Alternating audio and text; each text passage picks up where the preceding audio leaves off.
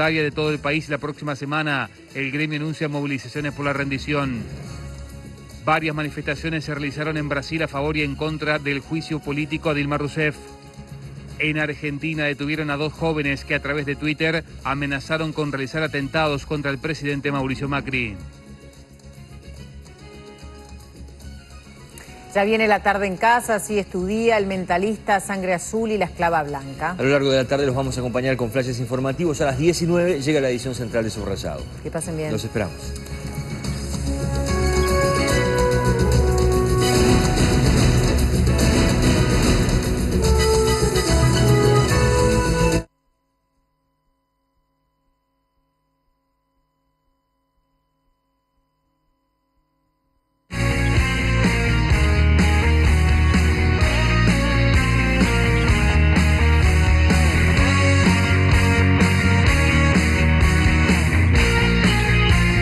Buenas tardes, ¿cómo están? Muy bien, buenas ¿Cómo estás, tardes. María? Un fin de semana súper intenso a nivel de información, con algunos desplantes por parte del clima. Sí, estuvo raro, ¿no? Estuvo raro, sí. Templadito el sábado, el domingo hubo momentos de intensa lluvia, por lo menos aquí en el sur del país. Continúan las lluvias hoy durante todo el día, pero el resto de la semana, martes, miércoles y jueves, en principio, habría temperaturas invernales con mínimas bajas. Nada extremo, ¿no? Y con máximas de templado, días de agosto, típicamente. Uf, vale.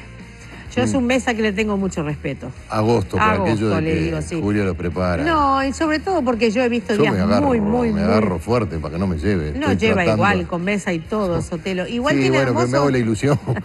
Tiene hermosos días de sol, Sí. cuando se dan. ¿Cómo se dan? Por ahora entró con el pie izquierdo, les voy a O sea decir. que el agosto. sábado estuve de mañana haciendo de padre, ¿no? De jugador de fútbol.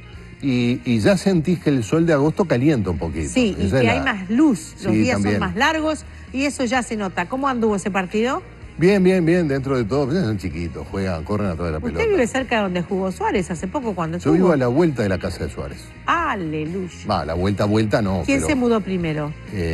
no sé, creo que la madre de él, no lo tengo claro. Me vive, digamos, no a la vuelta, pero a 4 cuadras. O sea que cuando vuelva Suárez le hacemos un copamiento Me a va por el usted barrio siempre. y por el fondo sacamos un dron. Exactamente.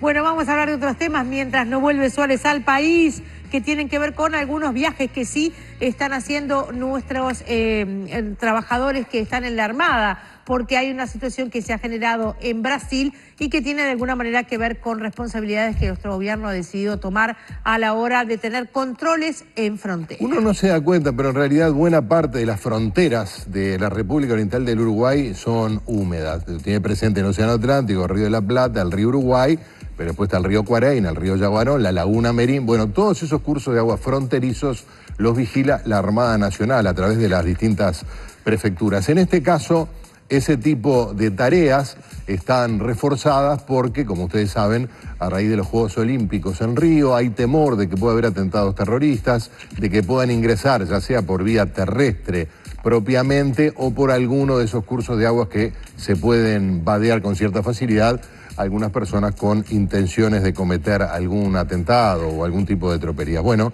la Armada Nacional parte este lunes rumbo a las fronteras con Brasil para fortalecer la seguridad.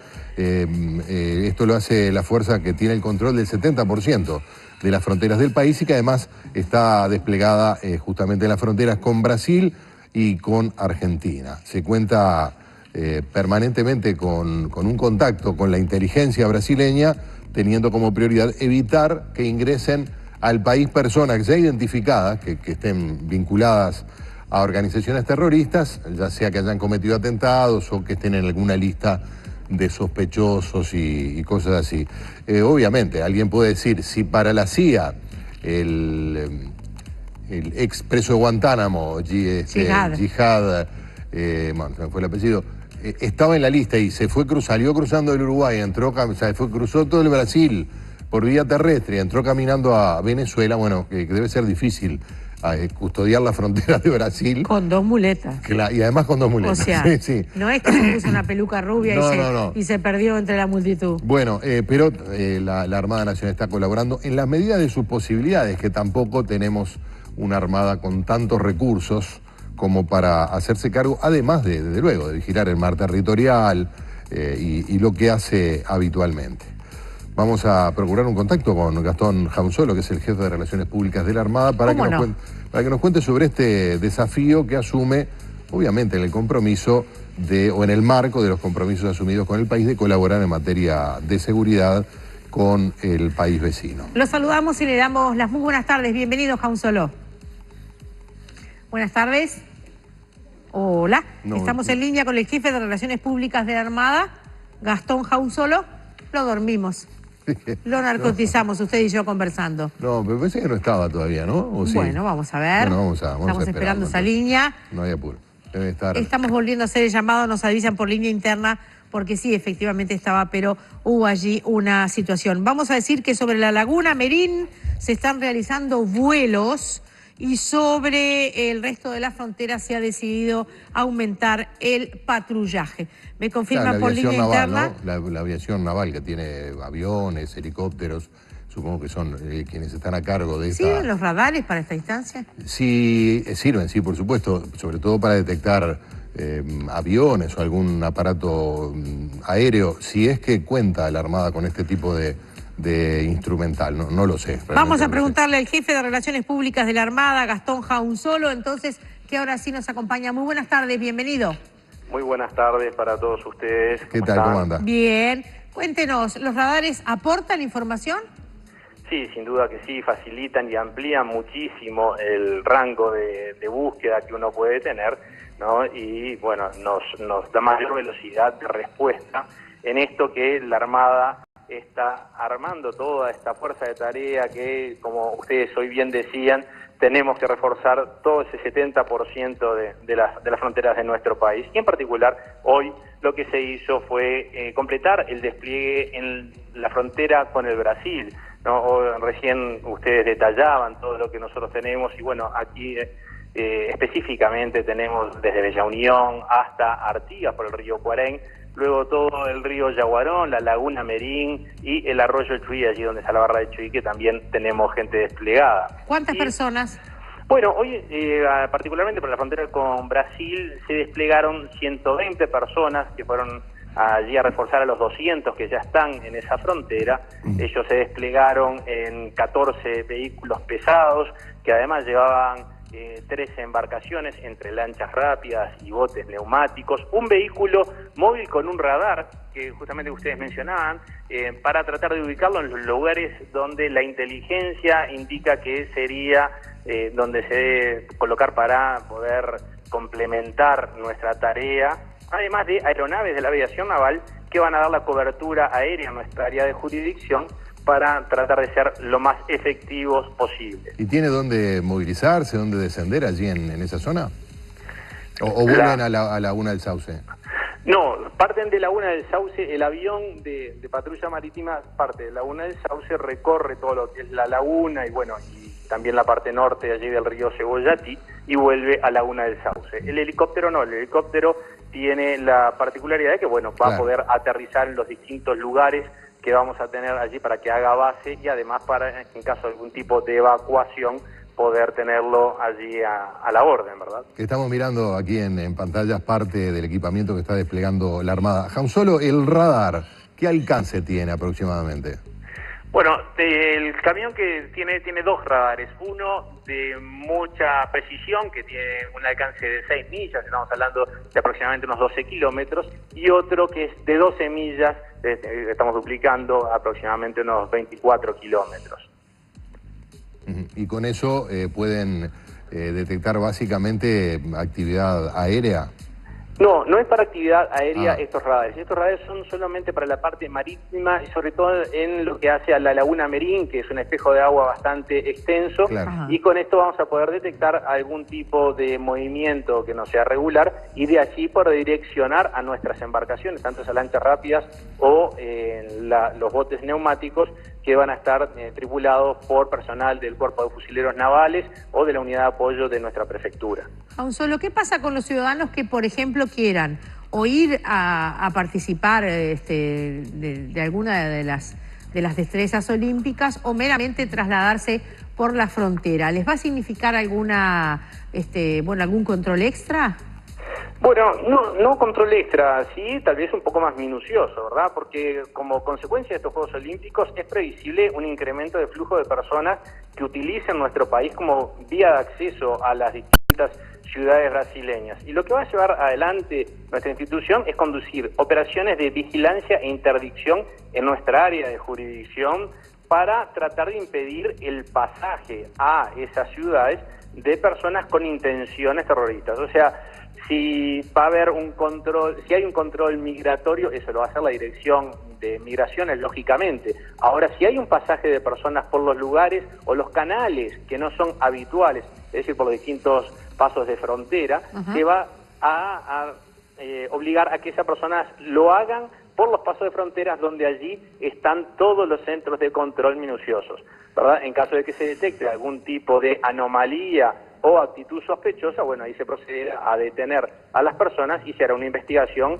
más profunda. ¿Se coordina tanto con inteligencia brasileña o con las autoridades de Brasil como con la Guardia Republicana, que también está haciendo un operativo especial en tierra? Así es. La Armada, por un lado, a través del Estado Mayor de la Defensa, tenemos las coordinaciones con Fuerza Aérea y el Ejército Nacional.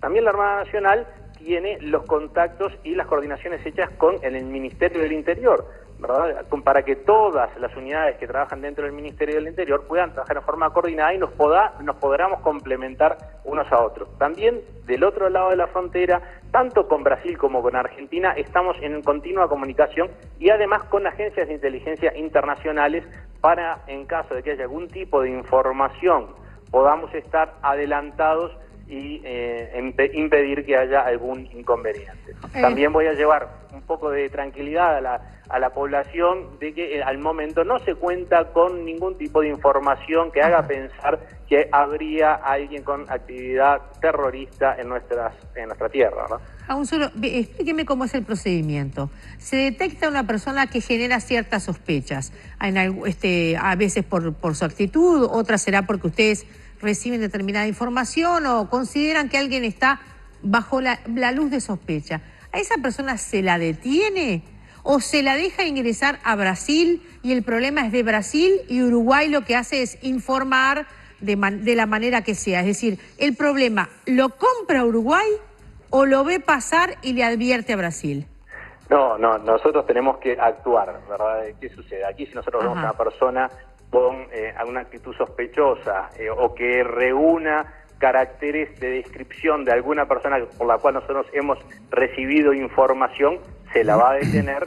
Recuerden que la Armada Nacional, aparte, cumple un rol policial, ¿no? Nosotros tenemos las mismas facultades que la policía en nuestra área de jurisdicción, con lo cual podemos detener e investigar a esa persona a fondo hasta dilucidar si tiene algún tipo de relación con algún acto terrorista o no. Bien. Eso dando cuenta al juez como la policía con algún detenido. Exactamente, la Armada Nacional es auxiliar de la justicia, claro. Todo el personal de nuestras prefecturas trabajan como auxiliares de la justicia para estos casos, para todos los casos.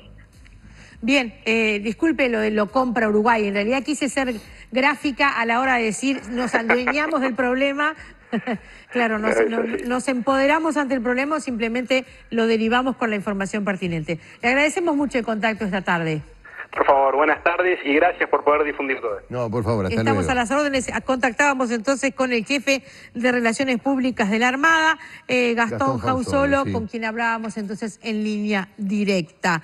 Vale decir que, bueno, que en esta situación también se esperan novedades de la salud del señor ministro de la Defensa. Es cierto. Eleuterio Fernández Huidobro. Internado, se le había inducido un coma, pero como había mejorado, esto es la información que de última hora de ayer, pero publicaba el Diario de la República, como estaba mejorando, se lo estaba sacando de esa situación de coma farmacológico porque había signos de que estaba evolucionando. De cualquier manera, es una patología delicada, sí, que además avanza, lamentablemente. Es un cuadro respiratorio agudo. Vamos a ver qué se sabe en las próximas horas. Sí, además se espera una investigación porque la vivienda de su hermana recibió una bala, sí, en una ventana.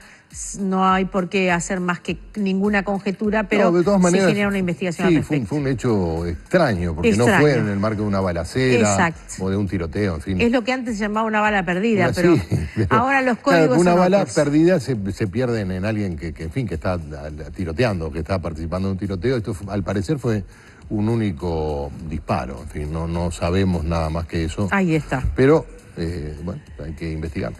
Bueno, y mientras tanto, en el Parlamento se viven horas de intensa negociación. ¿Tanto es así? Sí, particularmente la bancada del Frente Amplio, Exacto. que todavía no llegó a un acuerdo para votar el proyecto de rendición de cuentas, a pesar de que hubo avances en cuanto a de dónde sacar algunas partidas. Ahí hay incertidumbre con respecto a esto.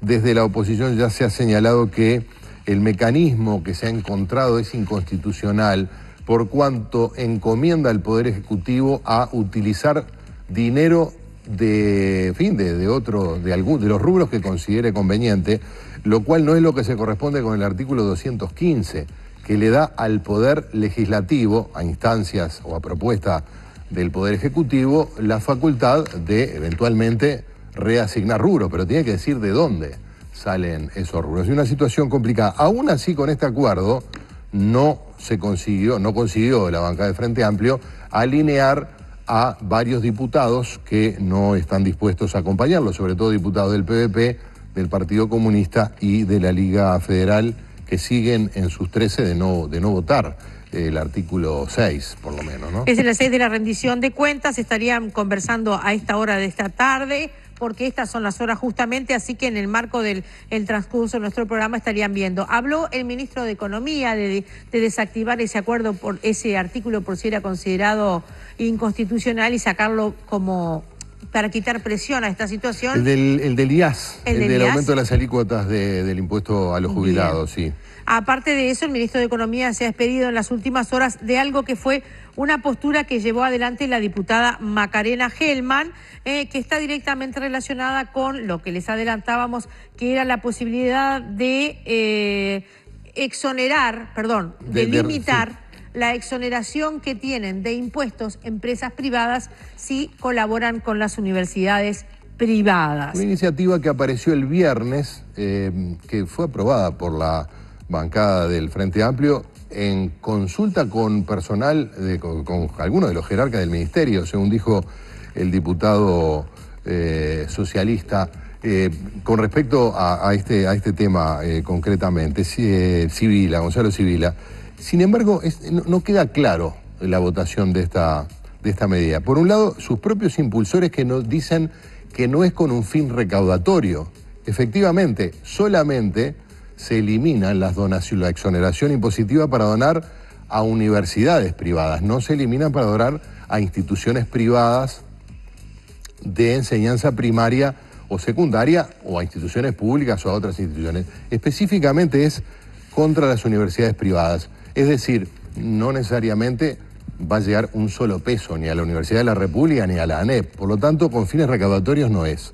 Macarena Gelman dice que es por razones, y Gonzalo Sibila, por razones políticas e ideológicas, pero esta disposición la incluyó el Frente Amplio durante el primer gobierno de Tabaré Vázquez, es decir, no parece que contradiga la ideología, si es que existe, que sabemos que es una coalición con distintas miradas, con distintas visiones, del Frente Amplio. Entonces, cuando dice es por razones ideológicas, es como decir, durante el primer gobierno del Frente Amplio que se aprobó esta medida, alguien, los legisladores, los ministros, el presidente, actuaron en contra de la ideología del Frente Amplio. Es decir, no queda muy claro, porque beneficiarse de la universidad no se beneficia en nada. La ANEP tampoco se beneficia en nada, porque se podrían beneficiar hoy. Los empresarios también pueden donar a la Universidad de la República.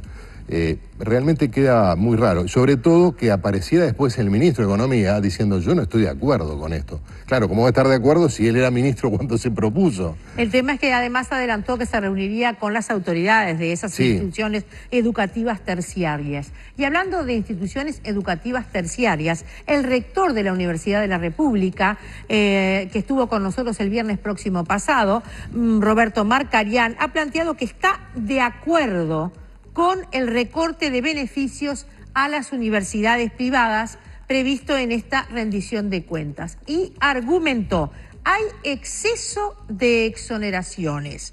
El rector de la UDELAR dijo que tanto en la Constitución como en una ley promulgada el 30 de noviembre de 1960 se exonera a las entidades privadas de educación de todo tributo departamental y nacional. La nueva rendición de cuentas estaría excluyendo a las universidades privadas del régimen de donaciones especiales con exoneraciones fiscales para las empresas. En ese sentido, el señor rector de la Universidad de la República declaró: a eso se agrega que no aportan al Banco de Previsión Social. Si yo trabajara en una universidad privada, yo aportaría al Banco de Previsión Social para mi jubilación, pero el empleador, en este caso la Universidad Privada de Marras, no pagaría nada. Me parece sorprendente que eso se esté dando en este país de tradición tan laica y democrática. Eso sigue igual. Es decir, eso se mantiene, no está abarcado con las novedades incluidas en la decisión de la bancada del Frente Amplio. Es decir, son 3 pesos aparte, son mucho más que 3 pesos. Acá de lo que se trata es de aplicar o no aplicar una cláusula que ha permitido en el mundo entero el desarrollo de la educación terciaria o la consolidación de algún tipo de propuestas. También es cierto que quizás no existan, no lo sé, ¿no?, los controles necesarios con respecto a los destinos que se le da a ese dinero, que en principio las universidades privadas dicen que afectarían la disponibilidad de becas, que todos sabemos que existen, para personas que no pueden costearse parcial o totalmente las universidades y que lo hacen a través de esta vía, pero se utiliza en todo el mundo, ¿no? Apoyar o estimular directamente a través de exoneraciones impositivas distintas cosas que la sociedad estima conveniente. Por ejemplo, como está contemplado en la legislación uruguaya, la investigación científica en el Clemente Estable o a la educación en cualquier nivel. Por razones difíciles de entender, ya que esto no redunda en un beneficio para la UDELAR, reiteramos, se votó. Hay que ver qué hacen también ahora los diputados del Frente Liber Sereñi, conociendo que el ministro está en contra, porque supuestamente no, hubo contacto, según dicen los legisladores de la bancada oficialista, con algunos jerarcas del ministerio que dicen no manifestaron oposición el viernes de noche cuando se planteó un tema que no estaba previsto, es decir, que no estaba en la agenda, que no era algo que estuviera pendiente y cuando llegaron a ese artículo todos sabían que tenía que tomar posición, sino que apareció de alguna manera de la nada, más allá de que es un tema que ha estado Uno presume que es un tema que está cuando hay fórmulas de negociación sobre la mesa. Sí, vale decir puede ser, que claro. En Montevideo Portal, la diputada Macarena Hellman declara: la idea es tender a que el Estado beneficie a la educación pública, que es de libre acceso, no en perjuicio de nadie, sino en beneficio de la educación pública. La propuesta ha tenido una repercusión que no esperábamos y entiendo oportuno informar al respecto, aclaró. El Estado no solo financia mediante la asignación de créditos presupuestales, también lo hace indirectamente a través de las llamadas renuncias fiscales, es decir, impuestos que el Estado resuelve no cobrar. Si los cobrara, dice Hellman, sería plata que podría usar. Entonces, renuncia a cobrar dinero que existe y que por tanto indirectamente está asignando a aquellos lugares a los que no les cobra los impuestos correspondientes. Luego agregó que la educación privada en Uruguay está financiada estatalmente por la renuncia fiscal que impone el artículo 69 de la Constitución Nacional. En ese artículo se exonera de impuestos nacionales y departamentales a las instituciones educativas y privadas. Es decir, agregó Hellman, que el Estado deja de obtener ingresos que podría tener y por tanto está destinando esa plata a esas instituciones a las que permite no pagar impuestos. Lo que pasa es que con esta resolución esa plata no va, porque sigue existiendo la posibilidad de destinarlo a educaciones privadas no universitarias. O sea, por esta vía el Estado no ve un peso más. Agrega Hellman, Sí. Este beneficio es mayor para los colegios privados que trabajan en zonas con mayor poder adquisitivo, por la lógica de los impuestos a los que se exonera. No es lo mismo la contribución inmobiliaria que pagaría un colegio de Casaballe que uno de Carrasco. Esto además no se aplica a la Universidad de la República, que paga decenas de millones de dólares por aportes patronales, al igual que la ANEP. Está más importante y más detallada la información en el portal, pero claro, ponemos un límite a la hora de compartir con ustedes esta información, porque nos están pidiendo un corte. Nos vamos rapidito a la pausa, seguimos compartiendo con ustedes la información esta tarde, aquí en La Tarde en Casa. No todas las casas son como las de las revistas de decoración. ¿Acaso son ilegales los pisos floreados? Blem 3 en 1 limpia, da brillo y perfuma todos los pisos por igual, sin distinciones. A tus pisos, créelos como son. Cuídalos con Blem.